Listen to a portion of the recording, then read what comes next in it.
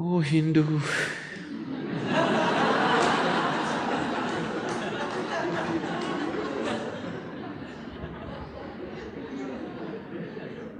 The word Hindu, where does it come from?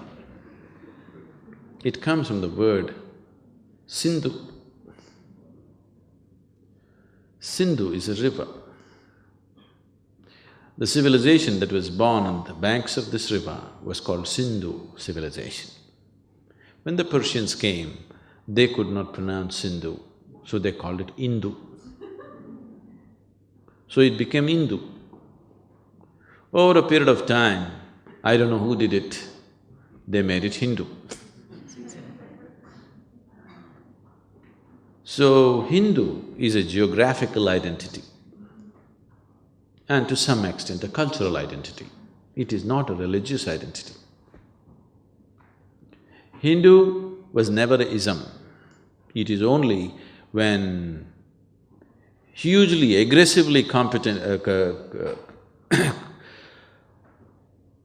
very aggressively competitive religions came, the Hindus tried to organize themselves as a religion, but even now they are not successful. Because they cannot, because there's no one belief system. There's no belief system at all. You can believe that God is a man and be a good Hindu. You can believe God is a woman and be a good Hindu. You can believe God is a monkey and be a good Hindu. You can believe God is a cow and be a good Hindu. You can worship a snake and be a good Hindu. You can worship a tree and be a good Hindu.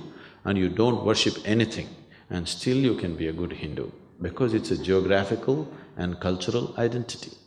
It is not based on any particular belief system. This culture, which grew in this particular part of the land, of the planet, over a period of time, focused their whole attention on the ultimate development or the ultimate well-being of the human being. The immediate well-being was not too important for them. The ultimate well-being became the most important for them.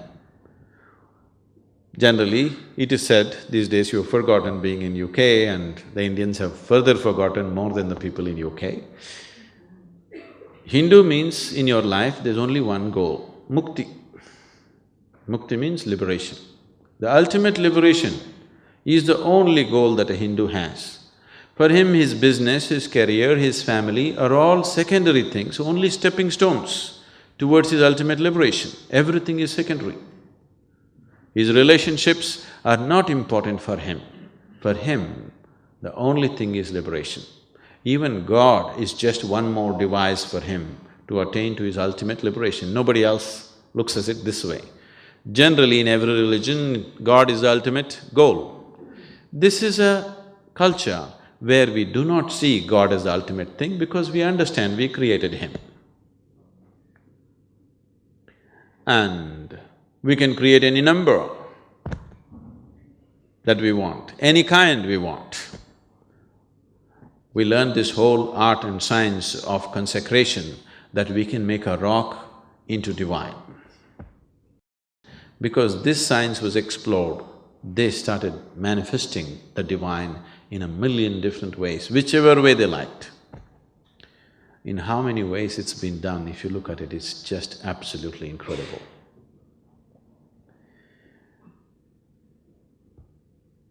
Even people who are living in India have not explored these things, unfortunately, and it's been hugely lost these days.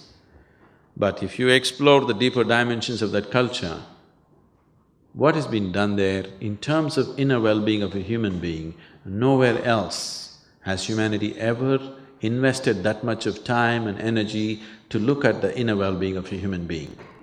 It's absolutely incredible. If you explore the mysticism in India, it is so incredible you won't believe that it has happened on this planet. Because this doesn't come from a belief system, it happens as a science. Because of this, you cannot call Hindu as a religion. It is a way of life, it's a culture, it's a geographical identity, which is desperately trying to organize itself as a religion because of extra competition that's come. very aggressive competition has come, so they're trying to organize themselves, but they never will manage because there is no one belief system to organize people around it. Or in other words, what Hindu way of life means is everybody can have their own religion. That is, in your family if there are 5 people, 5 of you can have your own religion, you can worship the monkey, another person can worship the snake, another person can worship the cow, another person can worship the tree, whatever he likes, whatever he can relate to, he can worship that. Or if he has no need for worship, he need not worship and still he is a good Hindu. I think this is a freedom and sense that we need in the world today, isn't it? Because in the world, the conflict in the world has always been projected as good versus bad, but it is not so. The conflict is always between one man's belief versus another man's belief, isn't it? First of all, why do you believe something? Because somewhere you have lost the fundamental sincerity to simply accept what you do not know as you do not know. Everything that you do not know, you have to believe, isn't it? If you say, I do not know, you cannot fight with anybody. You believe this is it, that's when you fight with somebody, isn't it? Belief gives you a certain sense of confidence and stability, but it is a dangerous confidence. Confidence without clarity is a deadly mix. Confidence without clarity. You do not need any confidence in your life. What you need is clarity. How much clarity you have with life, only to that extent you can handle it, isn't it? You are my perfect mirror, you show me what I'm not. In the endless pit of what once was me, layer and layer you peel off me. The pain it is, but the joy it brings.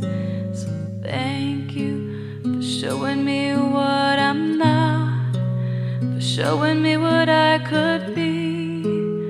Thank you